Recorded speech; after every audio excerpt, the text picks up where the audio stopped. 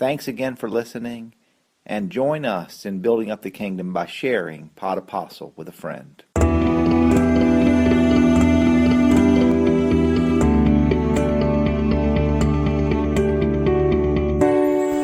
So the church celebrates this weekend the solemnity of the most holy body and blood of Christ, which is also known as Corpus Christi Sunday. You know, when we come together here, we come together as a family. We come together as a community of believers to celebrate the Lord giving himself to us in the Eucharist. And this gift that our Lord gives to us is the greatest gift that we can receive. In fact, for us, it is the source and the summit of our entire life. You see, it was God who created us out of a pure gift of love. It is God who also has our ultimate end in mind. Now, when I say ultimate end, what is our ultimate end? Our ultimate end is actually that in which we were created for. And that ultimate end which we were created for is union with God, to be reunited with him in our heavenly home. You know, we may think that our life here is about other things that are not important. We may think it's about having the boat. We may think it's about driving the nice, fast, flashy car. We may even think it's about having the money in our bank account. But you know, that's not what it's about. What it's about is our ultimate end. Our ultimate end, that union with our Lord Jesus Christ on the day that we return to him. You see, when we attend Mass, it's for us a foreshadowing of eternity. It's a foreshadowing of the eternal supper. It's a foreshadowing of the Lamb's Supper. It's a participation for you and I in the heavenly liturgy. In our gospel today, we hear about a large gathering in which people from all walks of life have come together and they're present with Jesus. Now, Jesus' disciples, they recognize that despite this large crowd, which according to the gospel is about 5,000, they recognize that they can't adequately feed these 5,000 people. Jesus tells his disciples, "Give them some food yourselves." Now, Jesus, because he is God, he already knows that there's not enough food to feed everybody who showed up. But he's preparing the disciples for something. He's preparing them for what is yet to come. And according to all four accounts that we hear of this miracle, because each of the four Gospels has this same exact miracle also in those Gospels, we hear that so that tells us that it's a pretty big miracle if each of the four Gospels has that. So let's put ourselves in the midst of this gospel. And it's almost like we can hear the fear, we can hear the anxiety in the disciples' reply when they tell Jesus, "We only have 5 loaves and 2 fish." You know, any one of you here who has ever cooked for a large amount of people, whether it's for Christmas, maybe it's Easter, maybe you're planning a wedding, what's one of your biggest fears? Not enough food. And why? Because the reality is, if you're hosting that large event, you don't want to look like you're unprepared, like you're inconsiderate, or you're unorganized.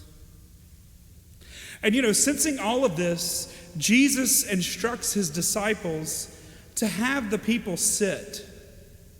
And what does he do? He blesses the bread. He breaks the bread. And he gives the bread to the disciples to disperse among the people. Now, the remarkable thing that I find about this gospel is that it tells us they all ate and they were satisfied. And when the leftover fragments were picked up, they filled 12 wicker baskets. Now, what this feeding of the 5,000 anticipated for the disciples is the Last Supper. You see, in this mass feeding, Jesus takes 5 loaves as he takes the bread at the Last Supper. Jesus blesses the loaves as he will also do at the Last Supper.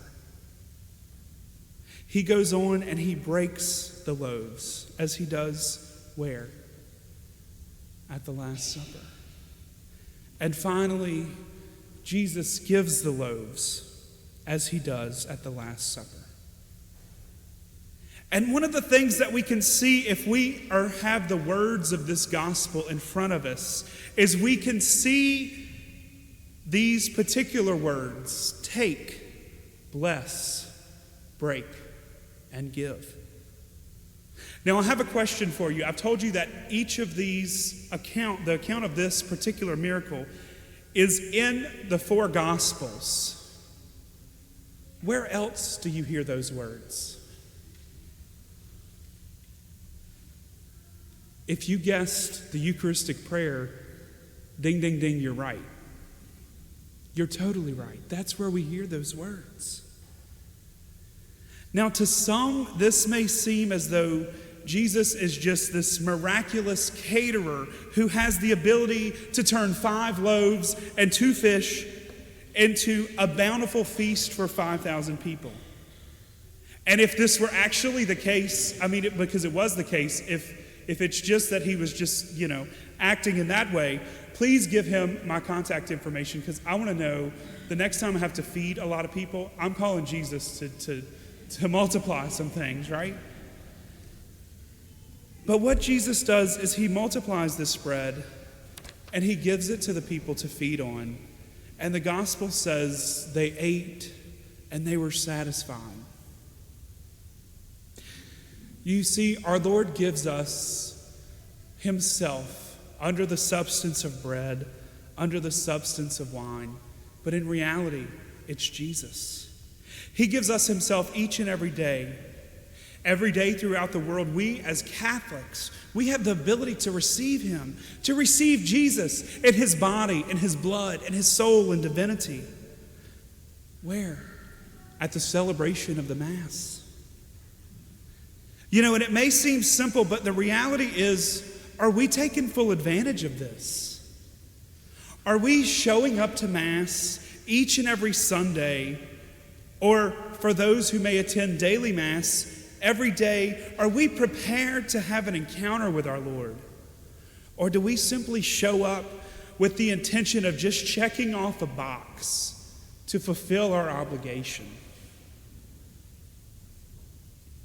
In a few moments, the God of the universe, the Alpha and the Omega, the Lord of Lords, the King of Kings, the great I Am himself, will manifest himself on this very altar under the appearance of bread. And y'all, we're not receiving something. We're receiving someone. And as we prepare to receive our Lord, my challenge for you today is to bring to the God of the universe those things that you're dealing with. And maybe those things that you're dealing with, it's the stress of providing for your family. Maybe it's the stress of your career or even the uncertainty of the future. But whatever it may be, bring it to the Lord of Lords. Allow our Lord, allow Jesus into that. But prepare yourself to have a life-changing encounter with our Lord Jesus Christ.